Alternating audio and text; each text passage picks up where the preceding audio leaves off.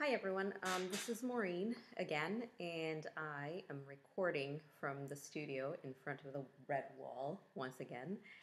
I wanted to do a quick video about how to prepare for your wedding planning journey. The reason for this is because many people ask me this question, I just got engaged, so now what? Where, what do I do? Where do I start? And so I thought it would be a good video to do for someone out there who, we're coming around the holidays. So engagement season is around the corner, which means many people are going to get engaged. And so I figured if I did a video, it might be helpful to somebody who was wondering about it. So here goes. I have a little cheat sheet here because I didn't want to forget anything, so I'll have to take a look at it, and I hope that's okay. So first thing is this. You just got engaged. You are ecstatic. Everybody around you is ecstatic. Everybody's asking you where you're getting, did you set a date? When are you getting married? And how are you going to do it? And la-di-da. There's so many questions, and at the very beginning, it's very overwhelming because everybody just somehow seems to think that you already know exactly what's going to happen and how you're going to do it. And the reality is that because you don't plan a wedding every day of your life, despite the fact that it's up here somewhere playing on some tape that you've stored in there for 20 something, 30 something years, yeah, you're not actually planning a wedding every day of your life. So you don't really know. You have ideas and you have thoughts, and there are so many thoughts that you couldn't possibly make anything out of them if you tried, in that instant. But everybody seems to think that you actually know what you would like to do and, and what's going to happen. So my first tip for you is breathe. You just got engaged. It's exciting. It's fun. And there's just so many things. There's such a flurry of things surrounding it. There's family, there's friends, there's, oh my gosh, all sorts of things. Give yourself time to breathe and to enjoy the fact that you just got engaged and to enjoy your fiance and yourself. And just, this is a new stage of your relationship. So give yourselves time to actually experience it. Give yourself some time to relax, some time to breathe, some time to get used to the fact that you are engaged, and some time to get used to the fact that you're actually going to be planning a wedding of some sort, whatever that is. It will help you get a little bit more objective once it actually is time for planning, as opposed to trying to come up with all these things at the time that you're so excited and can't think straight and can't do anything. So allow yourself the time to relax, to breathe, and to enjoy the experience of being engaged. That's tip number one. Number two, when you actually choose to give yourself time to breathe, what you want to do is schedule a time. So allow yourself a specific amount of time and say, this is great, we're engaged, but we're not going to start planning until such and such a day. What that means is that it gives you a very specific amount of time where you don't have to do anything. So that means you don't even have to think about it in the back of your mind. You don't have to go and have impromptu wedding planning conversations with random people or with friends or whatever it is. You are free in that whole time. If you give yourself 2 months, 3, 4 months, you are free in that whole time to just say to people, I'm not planning anything yet. So I'm not even thinking about it or doing anything about it. I am not starting to plan until, name whatever date it is that you give yourself. That allows you the freedom to breathe.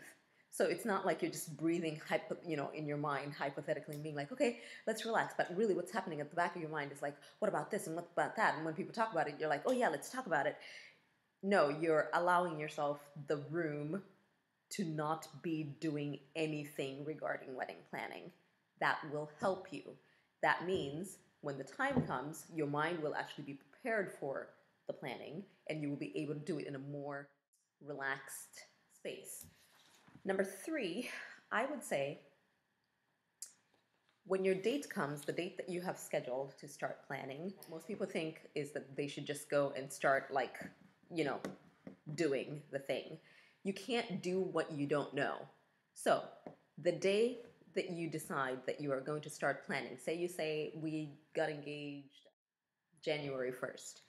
We are not going to start planning until March 20th.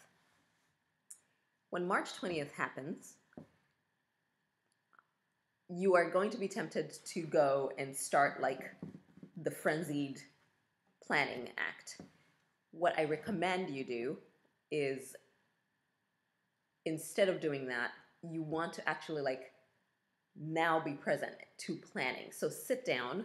Your first act should be to sit down and think about what it is that you would like your wedding to feel like. That is your first act. That's the first thing, first act of planning you should do. Once you have that feeling, everything else will make sense. Because when you start planning, if you start to choose something or to think about something that does not evoke the feeling that you thought about when you actually decided that you wanted your wedding to feel a certain way, you will know that that is not something that you actually want to include in your wedding, if that makes any sense. And that will also help you eliminate very, very many things so that you're not like running around like a chicken with its head cut off and not knowing which way to go. Number 4. This is going to be challenging. For most people it is. But I will say it anyway. Be honest with yourself. Be honest with yourself about what you really want and how you feel about what you want. Those two things are not the same. Just because you actually want something and it does not mean that you're comfortable with that thing. There is a difference. And if you're not comfortable with it, you can't really enjoy it. It doesn't matter how you do it or what tricks you play in your mind. You cannot enjoy something that you're not comfortable with. So take the time to be honest with yourself and to know what you want and how you feel about what you want. If you want something that is extravagant, think about it. Think about how do you feel about the fact that you want something that's extravagant. Because if you want something extravagant, but you feel guilty about having something extravagant, you are going to have a very difficult time putting together an extravagant event, putting together the extravagant event that you want. And by extravagant, I don't mean like you're just going to go waste money. I mean like you're going to go all out. Do you know what I mean?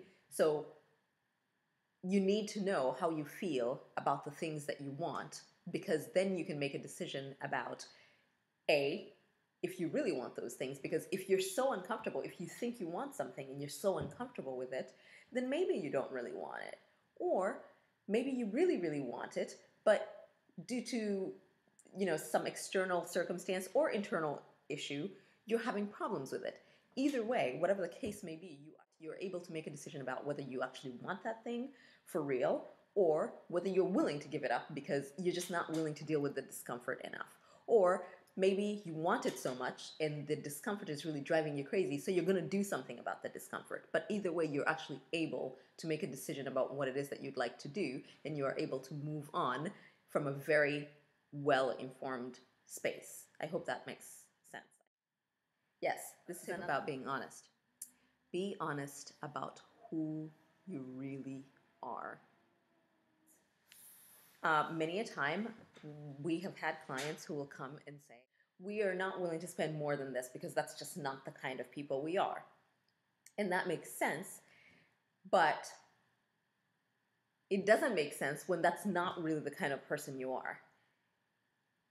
If that's just the kind of person you think you're supposed to be, that is not the same thing as who you really are.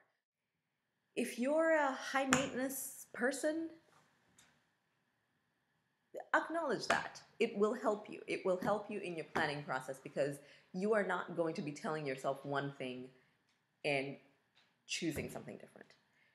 Or at least trying to choose something different. And you're not going to be driving everybody around you crazy by saying one thing and wanting something different. This is how bridezillas happen, just in case you were wondering.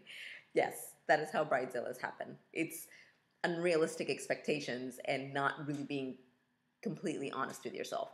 If you don't have, for example, if you were, say, working within a tight budget, be honest with yourself about that. And be honest, if you don't like that you're working within a tight budget, be honest with yourself about that. It will help you. Because when you actually start planning and you want things that are way outside of your budget, then there's no pretense about it. You're not pretending that somehow you didn't know, or you thought it would be less, or you thought it would be easier. You go in with your eyes open knowing like, okay, I don't have much, but realistically speaking, if I had my way, I would want more. And so I'm probably going to be predisposed to wanting things that are a little bit outside of my budget. That will help you, and it will make your planning process so much easier. And all the people who are helping you, your friends, relatives, bridesmaids, parents, whatever, whoever is pitching in, vendors and all that stuff. They will be so glad that you are actually aware of that. It will help you as you're making your decisions. 5 things. This is a list of 5 things. Those were just 5 tips that I just given you. If you are able to do all those 5 things, if you go step by step and follow these 5 tips, your planning process will be a lot more pleasant. And it's not foolproof because you're also learning as you go. So give yourself a break and understand that, because again, you don't do this every day. You're bound to make some mistakes. You're bound to not do it so well and not so correctly, but that's okay, you know. And when you figure out that that's actually what's happening, give yourself a break and, you know, get up and try again. Yeah, and by the time the 6 months to a year is over, if you actually continue to remind yourself of these things, you will be fine. You will actually find that it's really not as serious and as like detrimental and dramatic and crazy as it sounds. All right, I hope these are helpful to someone out there who is wondering or will be wondering soon enough about what they should do. And if you like this video or you found it helpful in any way, please give it a thumbs up and definitely send me a comment and let me know what you're thinking. I'm always thrilled to hear from you guys. And yes, please don't forget to subscribe, and I will talk with you guys soon. I wish you happy planning and be free to be you. Cheers.